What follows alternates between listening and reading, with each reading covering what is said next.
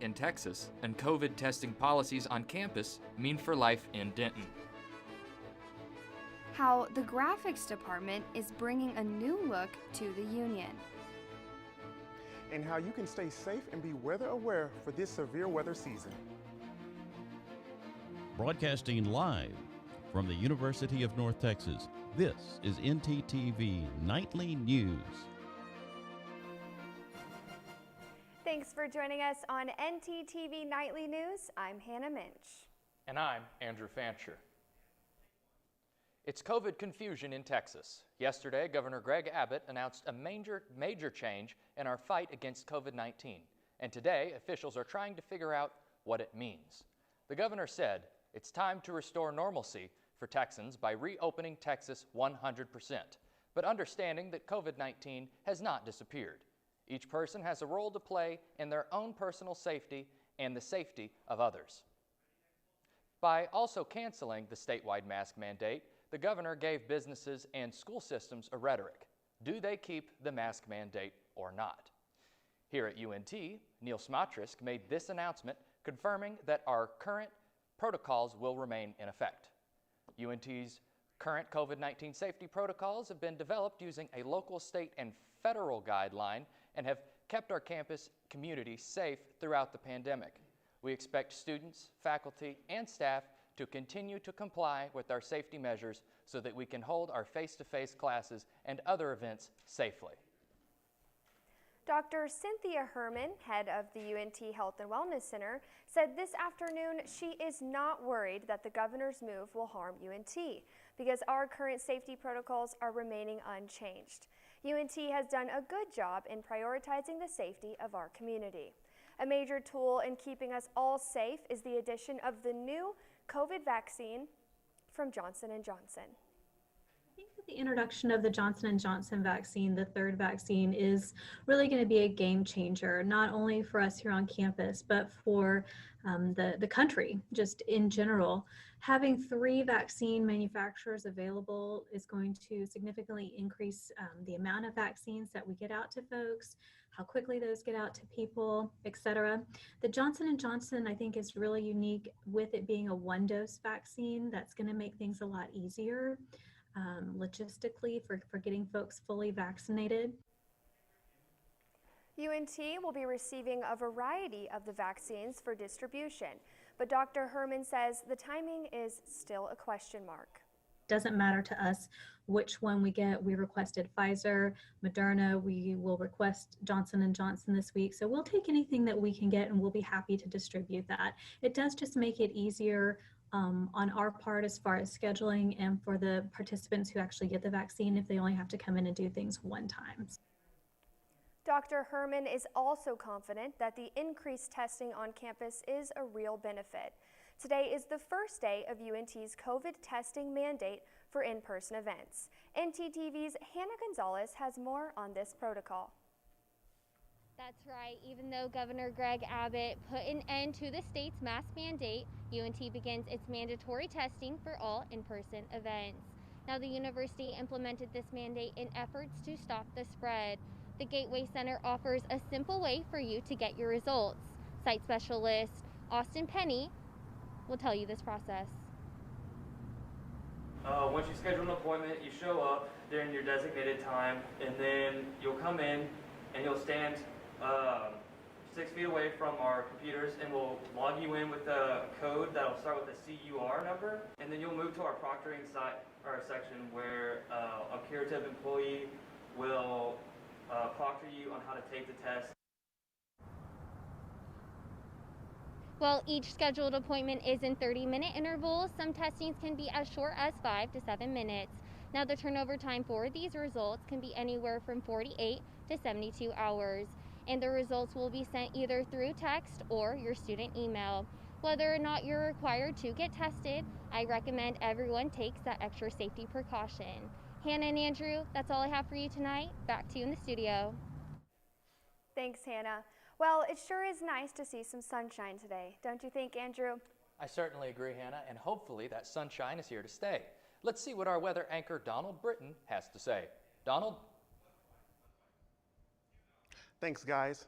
Well, the sun is still out as it has been for the majority of the day today, and we can expect some sunshine over this coming weekend. But right now we're experiencing temperatures in the mid-60s with wind speeds of 8 miles per hour, making it feel more like 63. Now, as we move closer into the night, temperatures will drop to 43 degrees, but it'll feel more like 41, and we'll have mostly clear skies throughout the night tonight. Going into tomorrow's temperatures, we'll get a temperature of 72 degrees, and it's going to be mostly sunny throughout the day tomorrow with wind speeds of 13 miles per hour. So a pretty breezy day, and we have some great days ahead of us. And just 2 weeks after a record-breaking series of winter storms, our focus now turns to severe spring weather. Looking back at past weather events, the risk for severe weather starts to go up as we head into March. Later in the show, I'll talk tips to prepare for severe weather and what it means for all Texas residents. But right now, let's take a look at how the winter storm affected our campus. Jocelyn Lasser is here in studio to give us the latest.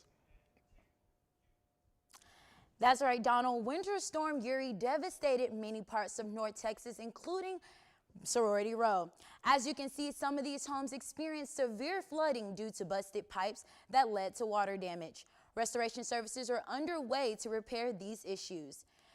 UNT's new dining facility, Eagle Landing, is being repaired after opening up for only a few weeks before the winter storm halted all operations. In the middle of repair, UNT's Executive Director of Dining Services, Peter Balabuch, assured us that, quote, Eagle Landing will open next Wednesday, March 10th. Crews continue to work through the week and weekend to restore Eagle Landing from damage sustained during the recent winter storm, end quote. For hours and news on dining services, you can visit www.dining.unt.edu/hours. That's all I have till the Eagle lands next week. Back to you guys at the desk.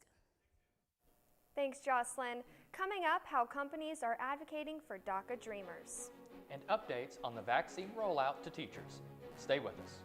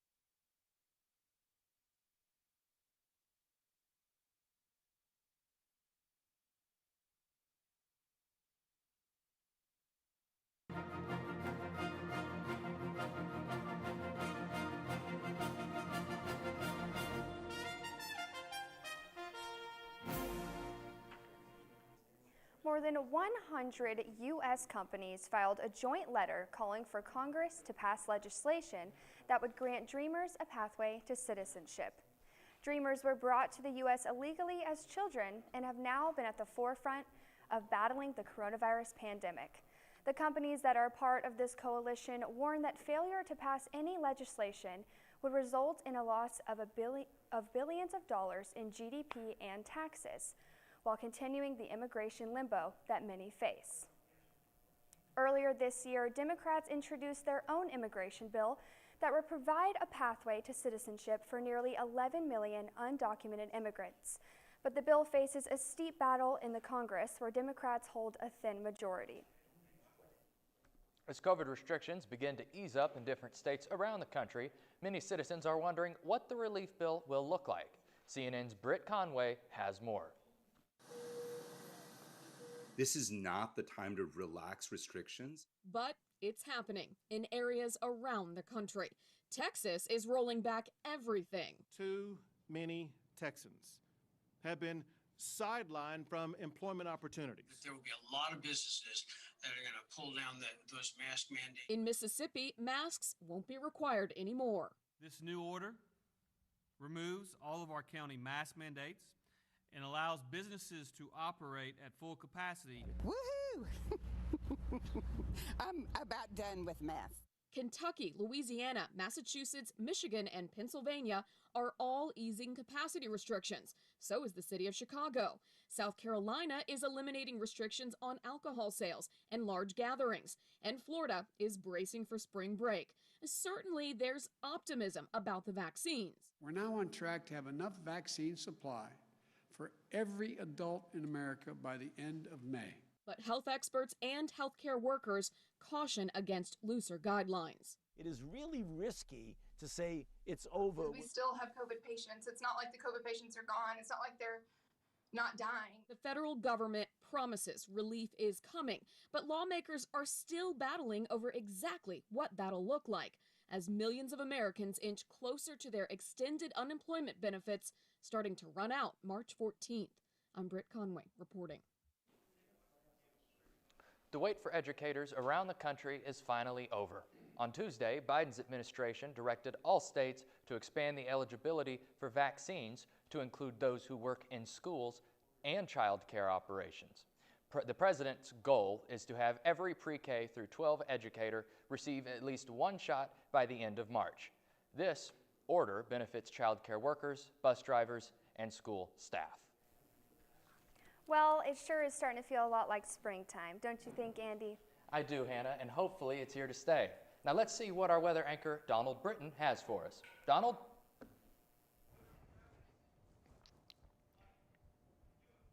Thanks, guys. Well, we're definitely getting some springtime weather as we look out at the temperatures across North Texas. 71 in Graham and 65 in Amarillo and 67 there in Bowie. Now let's take a look at our temperatures across the state. A little bit, 69 in El Paso, 71 in Abilene, and 71 in Amarillo. So roughly the same temperatures across the state. Now let's take a look at what our 7-day forecast has in store for us. Sunny skies tomorrow with highs in the lower 70s. No sunshine on Friday, but Saturday it's back up and running and we'll finish the weekend off. Tuesday of next week we'll get scattered showers throughout the area, so soak up the sun while you still can. And although we don't have any severe weather in the next 7 days, it is time to start thinking about these things. This week marks the beginning of severe weather season. Throughout the spring, the threat of severe weather increases in frequency and intensity. The peak of severe weather season is typically in May, and by June, there's a quick drop-off of severe weather as we head into the drier and hotter summer months. Severe weather of all kinds is most frequent during these months, with hail, flooding, damaging winds, and tornadoes all being possibilities. And while March through early June may be our severe weather season, it's always important to remember that severe weather can happen year-round. This week is a great time to make your severe weather plan. Here are some tips to ensure your safety during this severe weather season. Update your Eagle information. All UNT community members are automatically enrolled in the emergency messaging system, but you can choose the best email or telephone number for contact. Be aware at all times. This means checking on weather conditions and understand their impacts. When severe weather is in forecast, you can keep an eye on the weather by following Emergency Management and Safety Service on Twitter, Facebook, and Instagram. Last but not least, know where to go and identify the nearest shelter areas. Sheltered areas are designated for every building on campus and can be viewed on the UNT emergency floor plans. For now, that's all I have for you. Back to you at the desk, Hannah. A group of UNT graphic design students have found a way to turn graphic designing into a gallery for all to see their art pieces. They're now being displayed at the Union. ntTV's Emily CA has more. COVID-19 has really impacted the art industry. However, UNT is working really hard to get artist work out there. Art is, as far as it relates to graphic design, art is a way to communicate and tell a story. Graphic designers are kind of tasked with a really important role of taking somebody else's experiences and what they want and what they need and turning it into something that's more tangible. So that is my favorite part about the discipline of graphic design, and CVAD's done a really good job at teaching us that storytelling is extremely important. We decided to do this gallery to show the students of UNT the many facets of graphic design. We as designers, we as graphic artists, we are really set on understanding that we make a huge impact in the world and that we are one of the first things that people generally see and know, and just to have that voice really portray what that brain is trying to do. I love that we get to visualize those types of ideas and we get to create something that people see every day but really don't understand the impact of what it is every day. Art is an outlet for many students, and many people don't realize how important graphic design is. I know that it has raised some questions about the sustainability of this industry and how it's presenting new challenges, but it's also opening up people who, who couldn't commute to an office anyway. The UNT Union Art Gallery changes every 2 weeks, so be sure to stop by. I know I'll be sure to stop by the Union to check out these art pieces. Coming up, how one UNT alumni is using her business to spread body positivity. And how COVID-19 is contributing to the rescue of animals. Stay with us.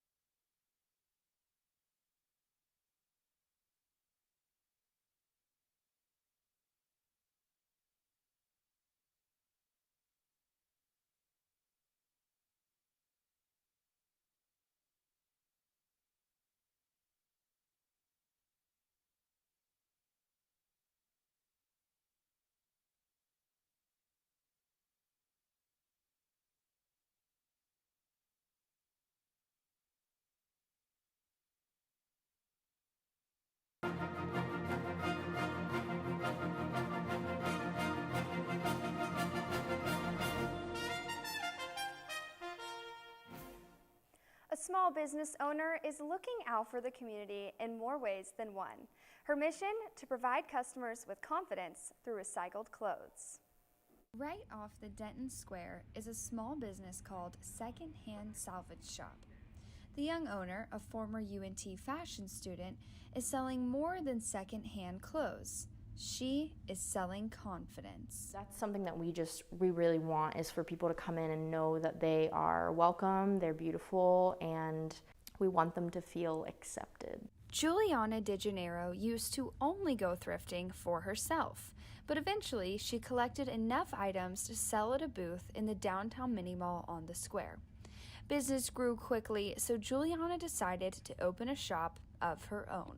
Kind of jumped at the opportunity because I knew that if I didn't, I wasn't ever going to, or someone else was going to take the opportunity while I thought about it.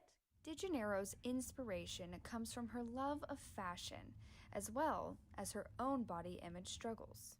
There's a lot of things that this body has provided me, and if I sit there and I hate myself every day and I hate my body, then it's almost, hating the life that it's given me, and I don't think that's fair to myself. Through size-inclusive recycled clothing, Juliana hopes to uplift others that also struggle with body image issues.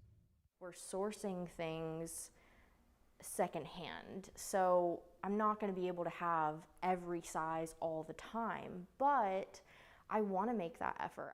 Juliana DeGennaro is serving confidence to the Denton community, one recycled clothing article at a time. I'm Hannah Mensch, ntTV. Juliana hopes that her passion will continue to encourage women throughout our community. National Geographic and UNT are partnering up for a special project. Research scientist Kelly Albus will lead a team from UNT's Advanced Environmental Research Institute on a project that is made to invite middle school students and teachers to map air quality in their own community. The ultimate goal is for classrooms to monitor their air quality in real time and contribute to the critical human health research. Albus and his staff also hope to engage new and more diverse groups in environmental health education.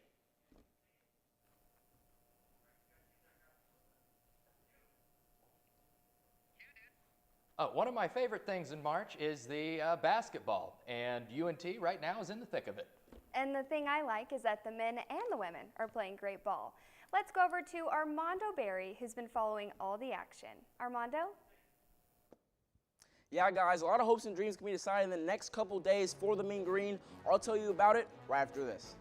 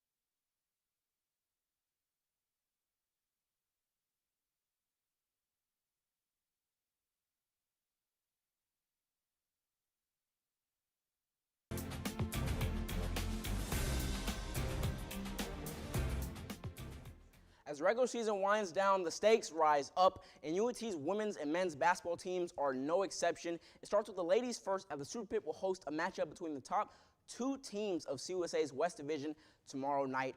Rice is first at 11-1 overall, and North Texas is second at 9-3 after splitting last weekend's season series against Marshall by a 1-point margin in each game. With that being said, it begs the question, what can we expect to see tomorrow night?